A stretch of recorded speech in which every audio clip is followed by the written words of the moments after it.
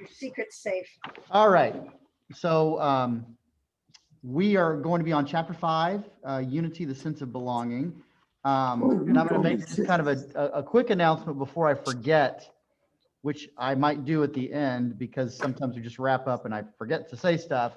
But next Wednesday, there will not be a class. We'll put off chapter 6 until the week after. I'm out of town for clergy conference, so no class, no noon book study next Wednesday. Whether you are live or watching this after the fact and you wonder why it didn't appear, well, that's why. Okay. So chapter 5, unity, a sense of belonging. And I'll just say to kind of start things off,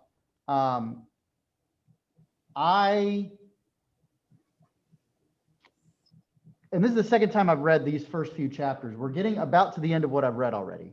But I remember the same sensation before when we had those first few chapters. And I kind of felt compelled to mention unity because we spent, 2 or 3 chapters talking about diversity.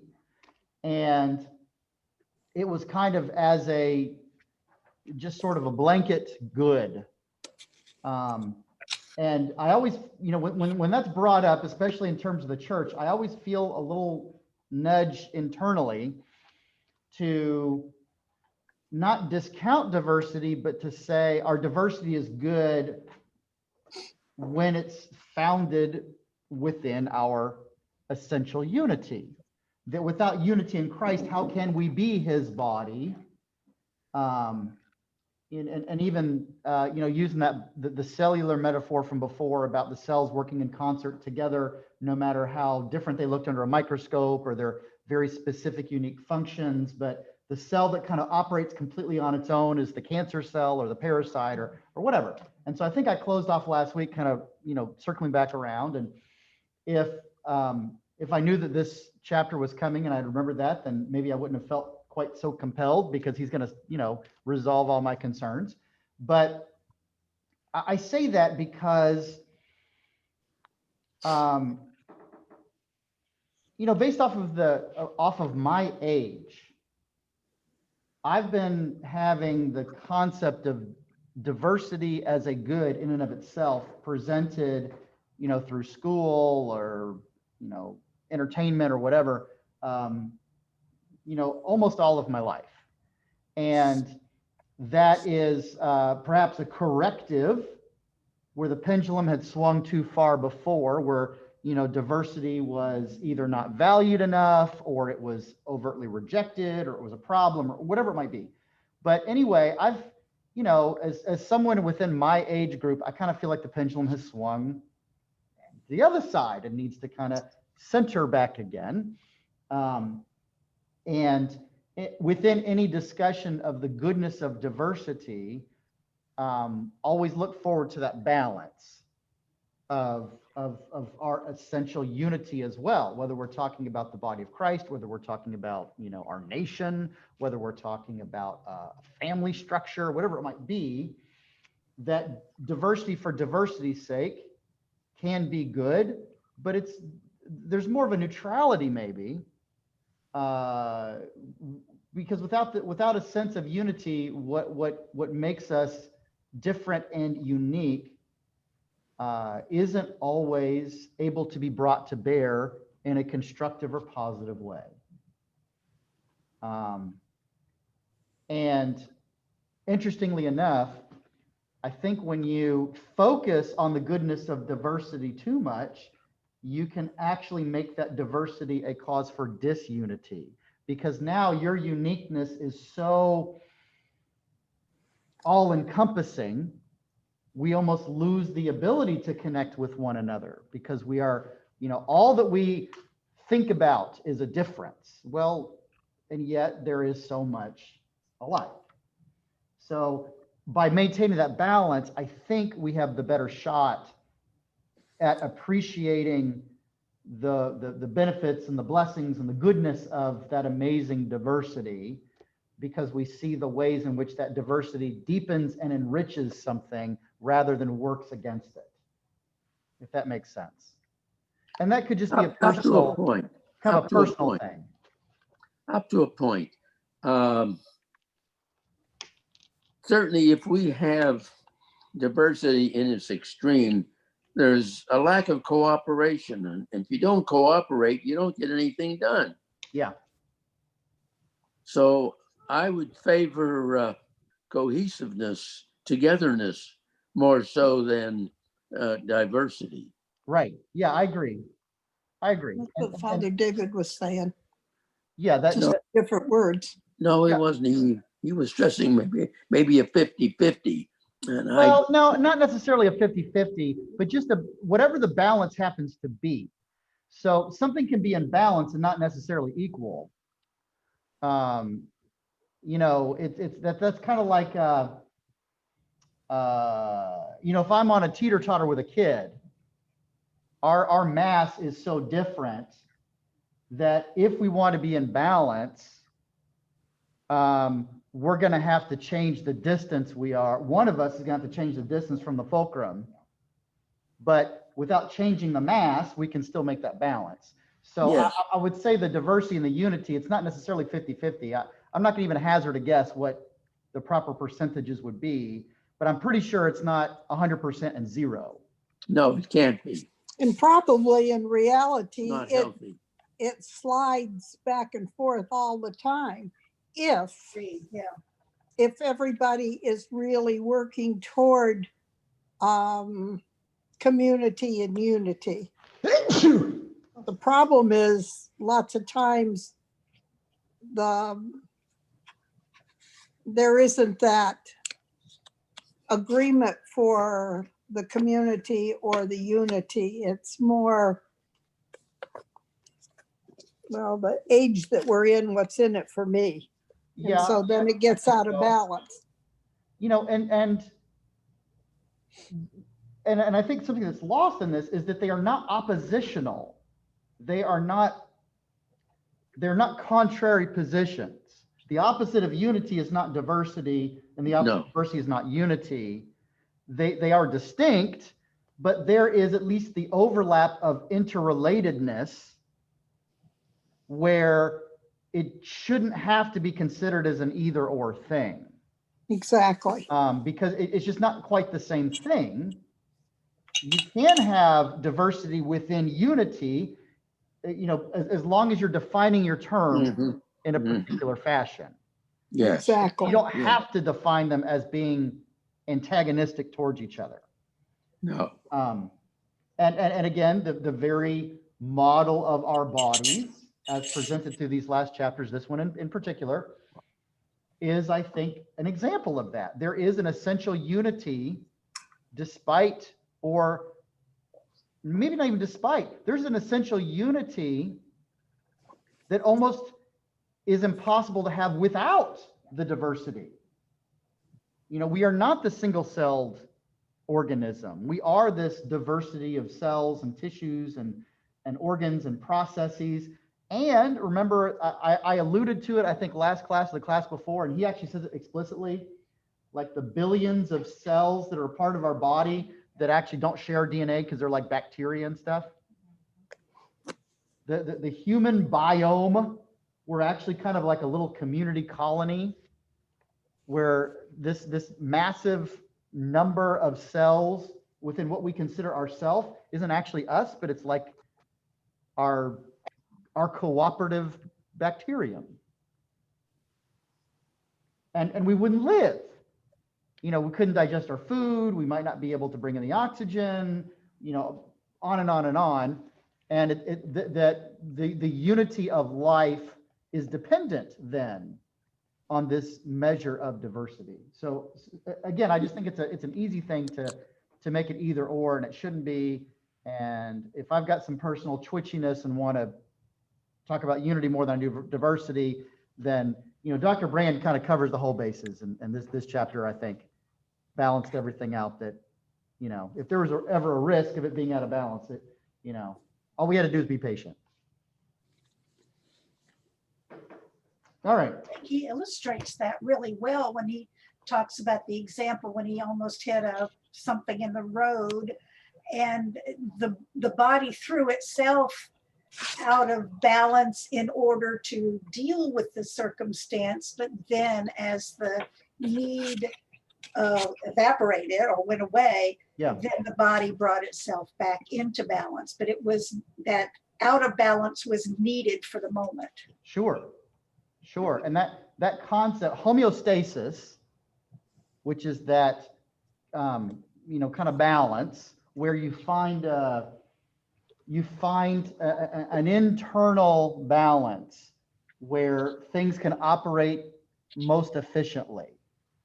So each of us has, as of basically now, a resting heart rate. And you know, he mentions this when he talks about going into a room, and when he starts talking to the patient, you can see that their numbers go up and on. But each of us, there's 4 of us here. There's 4 of you guys currently online. And my guess is there are 8 separate resting heart rates represented here.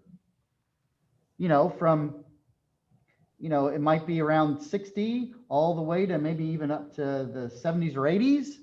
And because each of our bodies, based off of its size and relative health or relative fitness level, or how, if we have an illness today or whatever, has that kind of, you know, resting heart rate where it works for us. Our bodies are able to maintain without adding extra energy or effort or trouble. But throughout the day, a million times, a little something happens. It could be something as simple as talking or getting up to walk somewhere, or it could be, you know, getting drowsy and falling asleep. And that resting heart rate is going to go up and down, but it's going to then settle back to where it was, you know, because that's where our bodies are able to maintain most efficiently, and that's homeostasis. There is something to our bodies kind of seeking that middle ground for us where we can operate on an ongoing basis.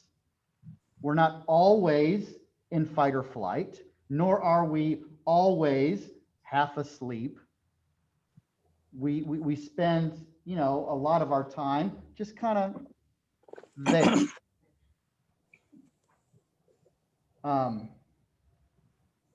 And I think there's a lot of value within that concept of just kind of understanding.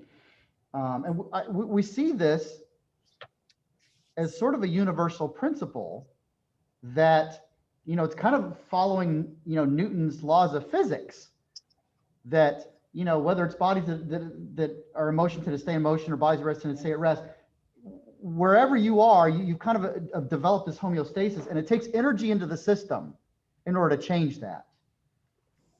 Yeah, that's true. And I thought it's kind of an interesting way to sort of see what he refers to as the orderliness of the universe. And it's real interesting because, you know, as another principle of physics, that things tend towards entropy, disorder, right? So things tend to get more spread out, or they get worse, or they fall apart, or they decay and die, or whatever it is. And so you might be able to extrapolate, well, then the principal characteristic of the universe must be disorder if things tend to lead to entropy. But it's the opposite. Kind of the fundamental hallmark of reality is order. And without it, there would not be a reality. There would not be a universe. We would not live. The stars would not continue to you know, produce energy. There would be no way for us to measure or observe or interpret the world around us. And as a Christian, Dr. Brand kind of, you know, this is where I can posit the orderliness from the Creator. And I think that's not only appropriate, I think it's pretty compelling.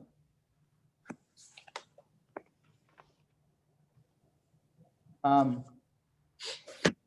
right, so the first little section, I just want to talk about for a second, because there were a couple of interesting things, like right off the bat. While it makes perfect sense, I have never thought about it you know, that the ostrich egg is the world's largest cell. I just never put 2 and 2 together, but it makes perfect sense. If an ovum is a complete cell, and it's unicellular, it's by itself.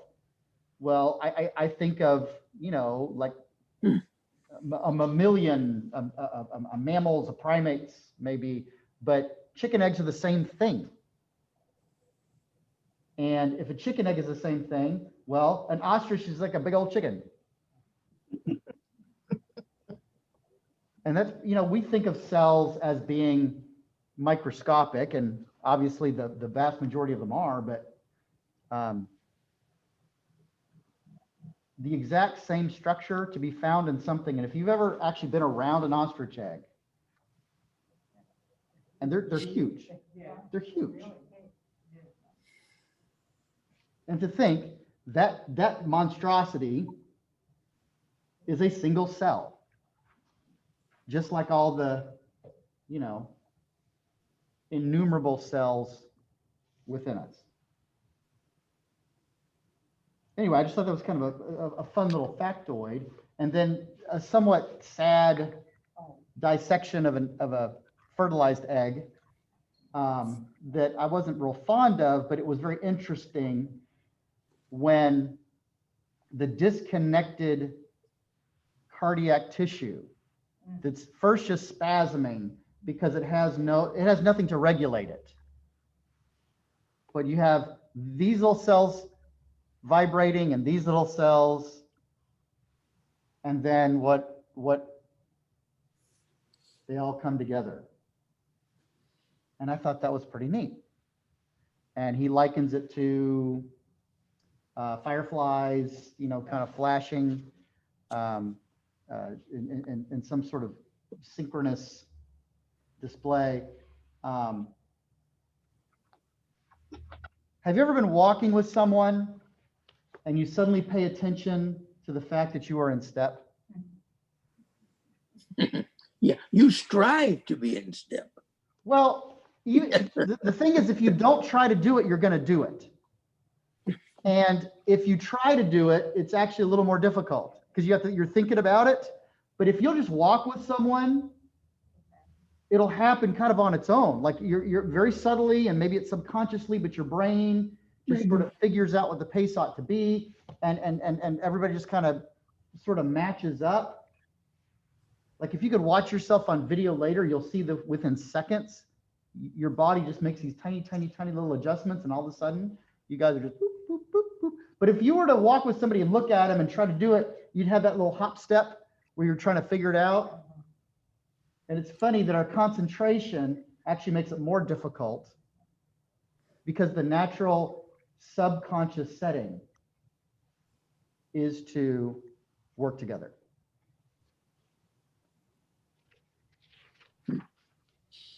Yeah.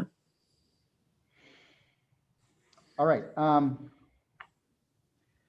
So he moves into this section about the urge to belong, and he starts off with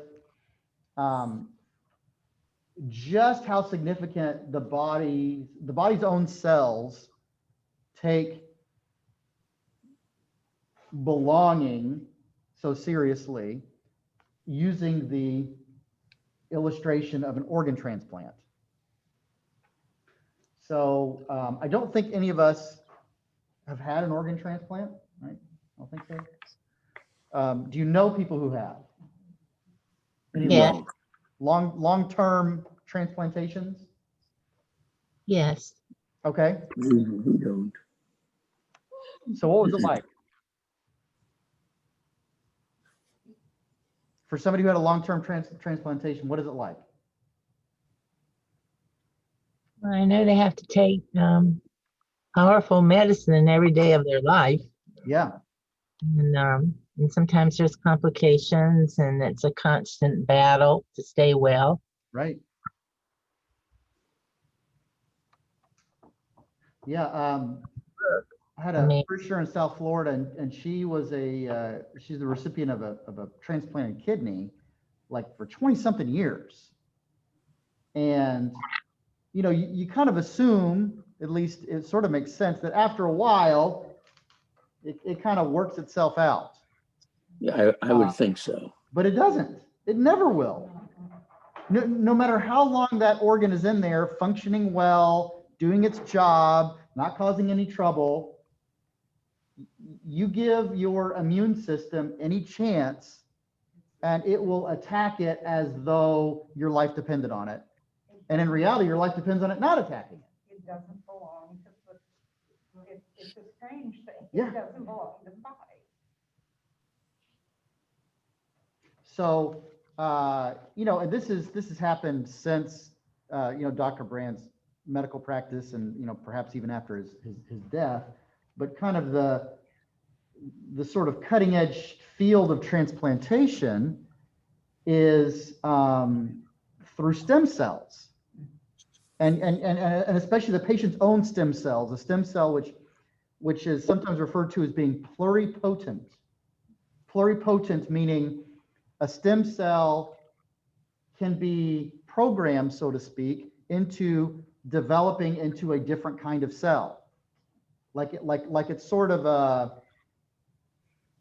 kit that's yet to be made. And then you can, use it to build one kind of cell, or you can use it to build a completely different kind of cell.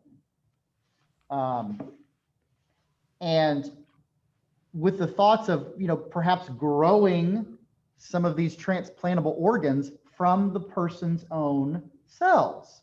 That way we avoid completely this rejection issue from the immune system because it actually is your own tissue.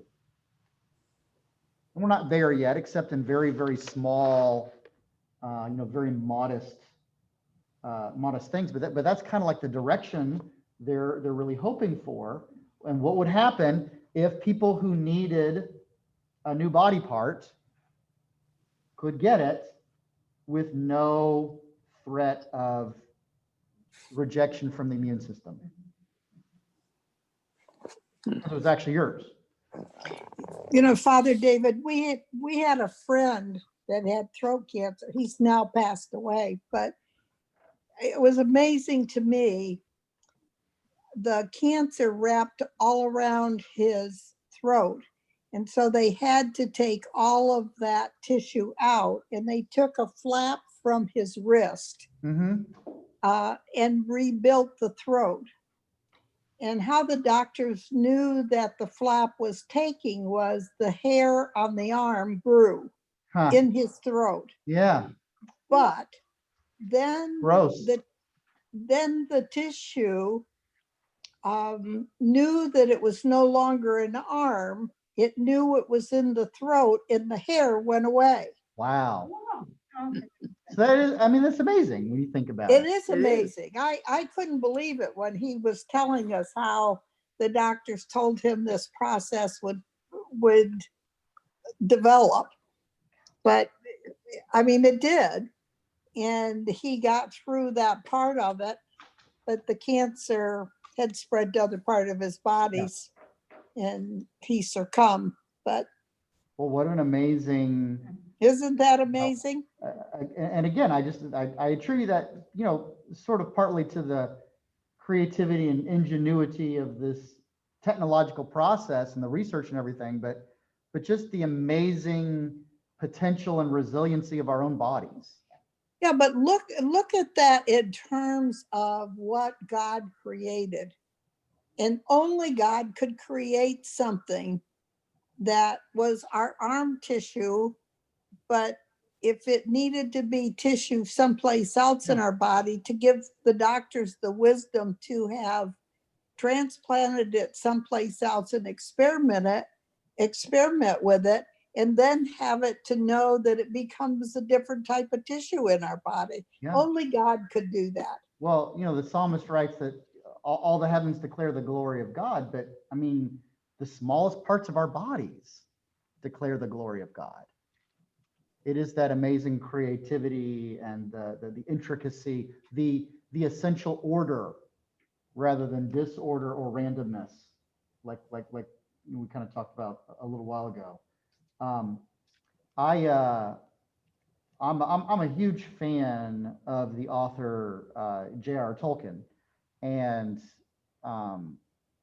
he writes these, whether you call them fantasies or we call them myths, but these sweeping, epic, sort of comprehensive works that, almost imagining the intricacies of an entire universe. And he was by training and vocation, he's a philologist, which is a field they don't really use much anymore. Now it's all been taken over by linguistics, but it was about the study of languages. And so he starts a lot of his works in basically inventing new languages, but languages that work. And being an expert in the field, he would think through how to create this language, if not from scratch, but to make it work. Like it followed the natural rules of grammar and humanity and everything else. And so the more you dug into what he did, the more an amazing, incredible detail that you saw sprung from the mind of this guy. Well, Tolkien, who was a deeply faithful Roman Catholic, talked about the work of the artist as a sub-creator. That God, the creator, for his own purposes, has endowed his creatures with the ability to create. We do so when we produce children, but we also do so when we produce art, when we sing or paint or draw or use our imaginations to come up with fantasy worlds. We are showing the image of God, who we get this creativity from. And he used the term sub-creator because it seemed improper to call ourselves creators in a way that might imply some kind of either equality with God or the fact that we come about this ability ourselves. When the reality is, God gives us these abilities that then we can use in these creative ways. And anyway, I'm thinking in terms of, like you said, with the body tissue, how amazingly creative, in a very literal sense, creating throat tissue from skin tissue, and that coming from the very ultimate creativity of God himself.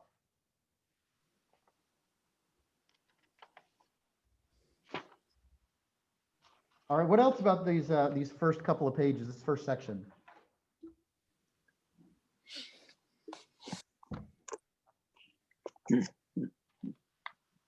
Well, he takes this urge to belong that he's first kind of starting off with the sense of, the immune system and everything else, the poor bubble boy who doesn't have an immune system that just sort of lets everybody in. Like, well, that sounds mean. You're excluding people. Well, yeah, because you're excluding all these pathogens that are going to kill you. So that sense of belonging, while it makes transplantation difficult, it actually keeps us alive on a daily basis. The fact that it discriminates so precisely and consistently actually keeps us alive.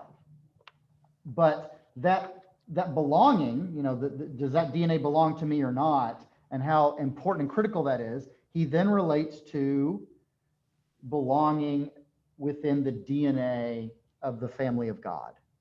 And I thought that was kind of a nice little transition. Maybe like your friend's skin tissue to throat tissue, having our own genetic code reborn to now be a part of one eternal body. He even brings in the Nicodemus quote. To be born again, to be born anew, to be born from above. Well, how can a man enter his mother's womb a second time? And this is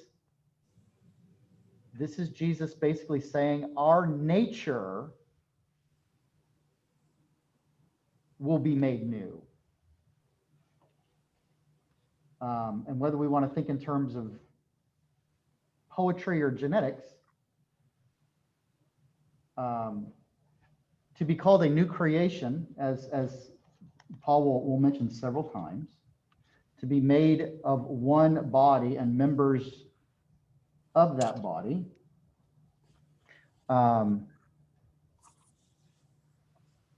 You know, it's just kind of an interesting way to make that transition. And we're built for this. We're built to respond to God's call. We are built with a desire ultimately to belong. And that belonging can be expressed or applied in a bunch of different ways, but there's Augustine,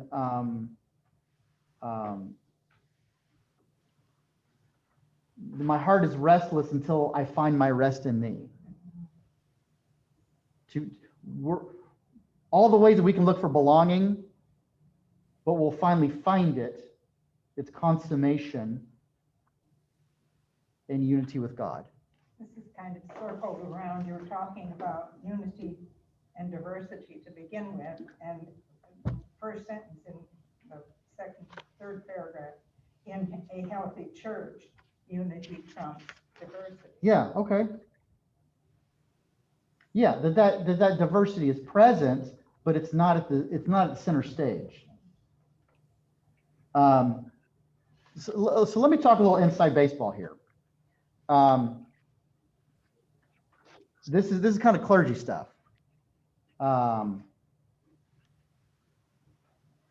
I try very hard and very purposefully at a funeral to personalize it for the deceased and that family. All the way from planning the funeral to the service itself. And I'll sit and I'll tell families, look, I've got 3 priorities when we're doing our planning and our service, whatever.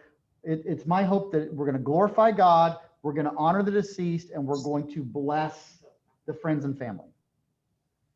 And that if we are making some decisions about what scripture readings or communion or not, or music, or which building, or what day of the week, that those are the 3 things I'm always trying to fulfill. And I love the section at the end of the burial rite, and the prayer book it's just like notes. But it's that section that I have printed out in the bulletin, and I read like at every funeral service that the liturgy for the dead is an Easter liturgy. It finds all its hope and meaning in the resurrection. And it's a whole little paragraph, and it's great stuff.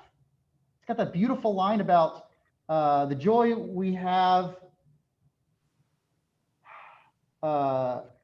does not make grief unchristian. Jesus himself wept at the grave of his friend. It's everything that I want said about kind of why we're there. And so the star of a funeral needs to be Jesus. Like, that's the subject of a funeral. It's not actually the person who's died, it's Christ, because without his resurrection, what's the point? What's the point of the service?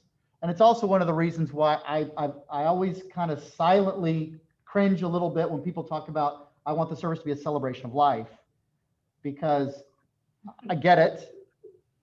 And it's not that I don't want to celebrate that person, but I got to say, you can celebrate somebody's life anytime.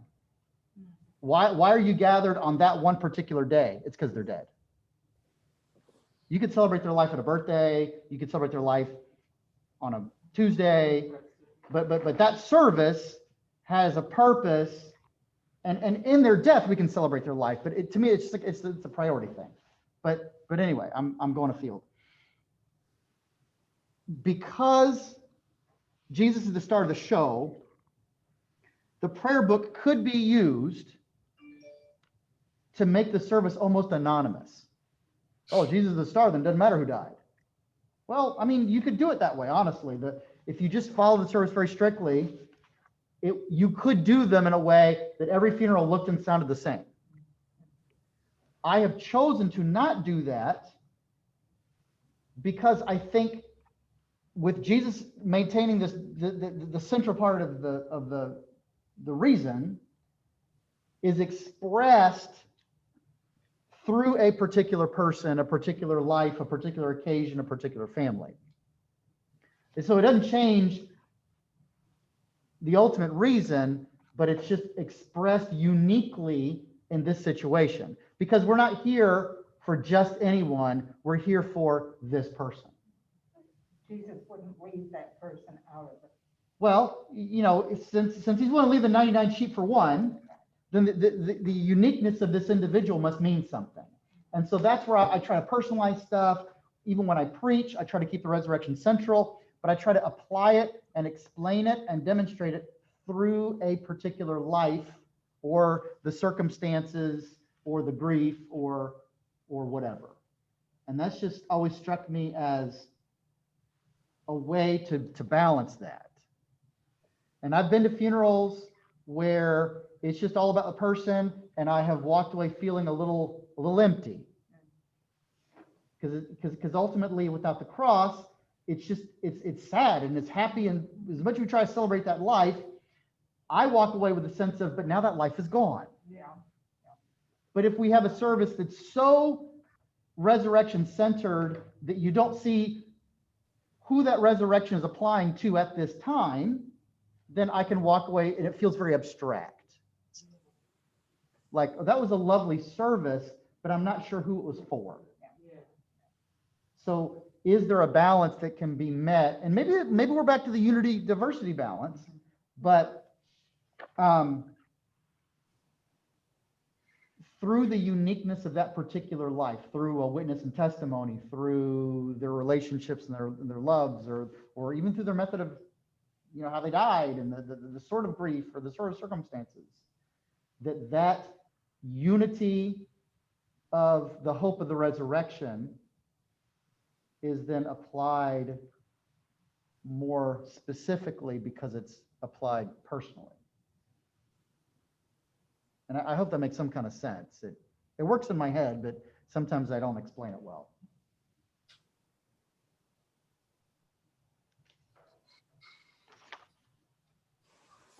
All right. So to kind of go back to the homeostasis and the discussion early on about you know, your body kind of runs here until it has a need to change, way up or way down. And the story about the not hitting the possum or armadillo. And then it kind of it transitions into the little discussion about sweat. Do you recall that? And I just thought that was super interesting. I don't think about it. And if anything, on a hot day or when you're tired, our ability to sweat and perspire seems just real messy. But to be reminded, it's actually the most complex, effective, and efficient cooling system of any of the animal kingdom. Huh.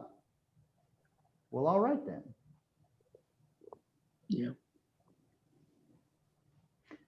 And just how sensitive our bodies are. I mean, obviously we know that when, you know, we're working outside, it's real hot and we can just sort of feel it pouring down our face, but just what was like 1/10 of a degree perception change in our body is already making these little tiny adjustments, even stuff we don't even notice. And how incredibly precise that is.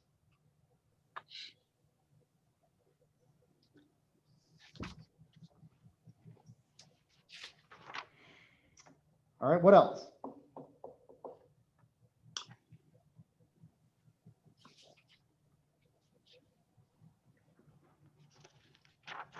What else?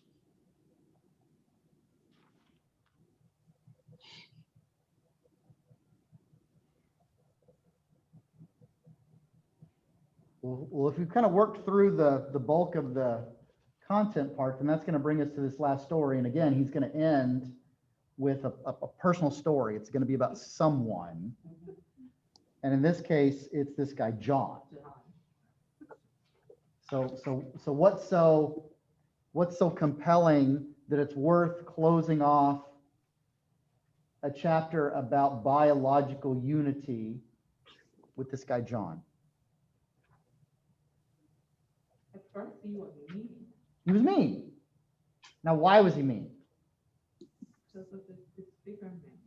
Okay, so the leprosy had so disfigured him that it was very obviously, anybody could see it, that it was very different. And, both the, hands and his face and his eyes and everything else. And so, and I'm sure we've all met somebody who's got a bad attitude that while it's easy to just dismiss them, we find out there's kind of a very understandable reason. And so what beyond just being disfigured as a reason to have a bad attitude, why does John have such a bad attitude?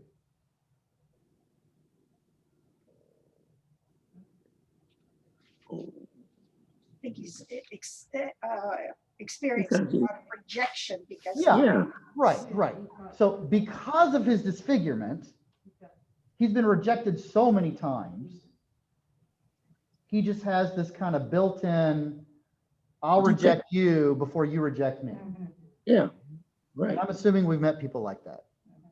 People have been hurt and become people who hurt others. Just, they become cynical. Yeah, right. And it's The other- kind of it's sort of an aggressive cynicism. It's kind of a preemptive cynicism, because if I break you down before you break me down, you'll never get the chance. That's true. And you're going to reject me anyway, so I'm not losing anything. Raise your hand. The other part of it was his paralysis had become so severe that none of his emotions ever showed. So people didn't have any way of knowing how he truly felt. Yeah, and I think that's excellent. Good point. When you can't even show people or people can't see it, but it's there, and how frustrating that must be. And especially, and this is by the time he gets there, there's very little that Dr. Brand can do because all the damage has really been done. I mean, they can stop it from getting worse, but they can't necessarily make anything any better. So maybe that's when you just kind of give up trying. Like, why bother to try to explain it to you how I'm feeling or what this makes me think when it's not going to work anyway? We so many times look at a stoic person and make our own judgments because, and I'm sure that it's the kind of thing that happens with someone that has the leprosy and has lost that ability to express smile or sadness or fear.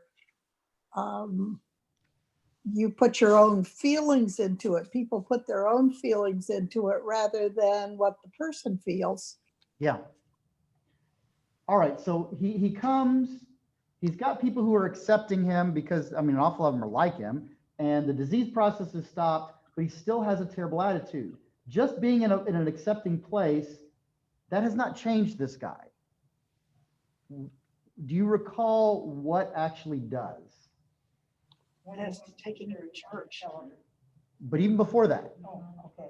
even before that, it's almost an aside.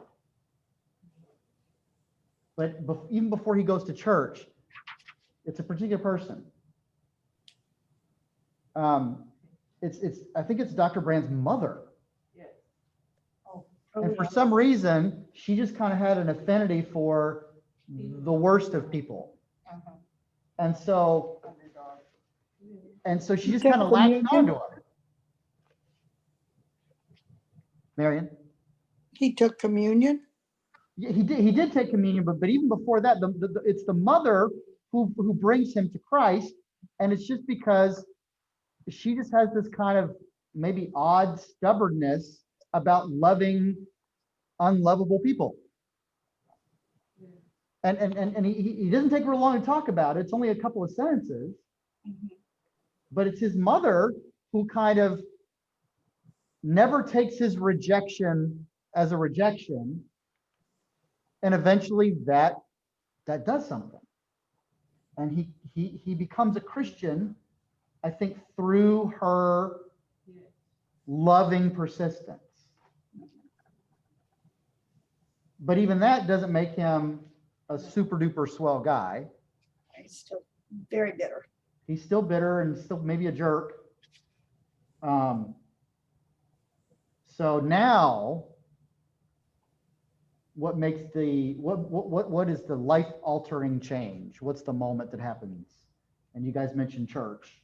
How does that all happen? What's so essential? Brand takes him to church. But he goes ahead and he talks to the people there to make sure he'll be accepted and that he can receive communion. And when he and Dr. Brand walk in together and they kind of hover at the back, just sort of taking in the scene, one of the members sees him and breaks into a smile and welcomes him very personally. Yes. And that's made all the difference. Offers him the seat to sit next to him. Yeah. Pretty special. And this is church outside of the where the lepers are. This is a church where anyone and everyone could be. And for the first time, and without a real change physically, he is accepted and loved. And whether or not that looked like a moment that would change his life, it very clearly did. And what's sort of the epilogue here? Music. Music. Where did I? Music. What was the music?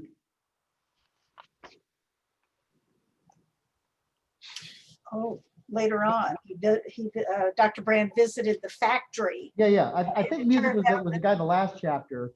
This is years later visiting a factory. Mhm. And who is John now? He's the star employee. Set a record. Oh, Making the screws in a factory, and he's the best. And he's the most valuable employee, and he is happy, he is fulfilled. He's like a completely different guy. And he belongs. Yeah. And he belongs in this new life because it was demonstrated that he belonged at that church.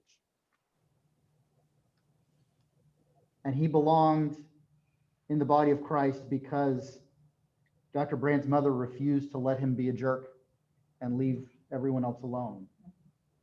And we can all probably think of a time where somebody said something that really bothered us or did something that really hurt our feelings. And if we think harder, we might be able to come up with a time where somebody said something or did something that just changed our whole day for the good. That's maybe a little harder sometimes because the bad stuff tends to stick in our brains a little easier. But if someone has ever done or said something that just sort of made your day or just turned a bad mood around or it wound up, maybe even changing your life. If you've ever had the opportunity to talk to somebody about that, my guess is that person will be surprised, if not confused. And if anyone has ever told you that you have done or said something that made an enormous difference for them, maybe you didn't think you were doing it. It didn't seem like much of the time. I mean, we would never say that like, oh, it was nothing. That sounds rude. But how many times are these impossibly important moments they're just kind of there? The comment wasn't like, really, I need to think exactly what's going to make her day right now, and I'm gonna work it out and do it the right time. I mean, it's just more like this spontaneous moment of kindness or love that maybe you didn't even think twice about, and you went on. The guy who padded his seat, who said, come sit with me, even though this is a very unique circumstance. Maybe he's the guy who's done this 30 times. Or maybe if you said, do you know that having this guy sit next to you changed his life? He would have just said, well, I was just trying to do the right thing.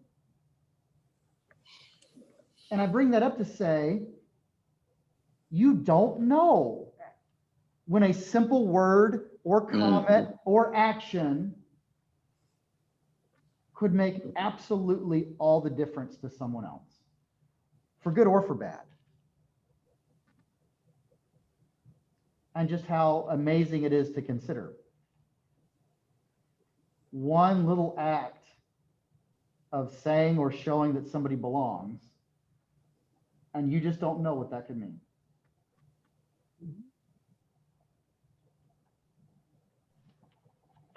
What else?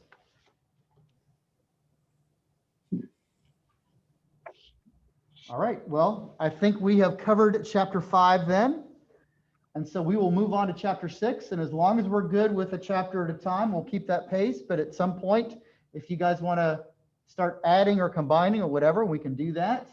I'm assuming this is kind of our group until we know otherwise. So what we want to do, we'll do. But let's just assume then, chapter 6 for next time. Next time will not be next Wednesday. It will be the Wednesday after. All right? Right. I like doing one chapter because there's so much. Yeah, and it's worth And going over. Yeah, It is. every chapter is so rich. Yeah, I agree. I don't have time to cogitate. It just shows you what a miracle our bodies are, and it mind-boggling. I don't know what else to say about it. It's just so fascinating. You got it. It is, and especially now at my age when things are starting to deteriorate, to look back and see, well, this is, it was created for everything to work perfectly together. So Right. it changes my perspective. I think going back over it the second time, still. you find a Yeah, lot. yeah. For those of us who have read this chapter before, I still get a ton out of it. So, all right, everybody. Thank you very much. Bye. See you guys next Thank time. Have a you. good week.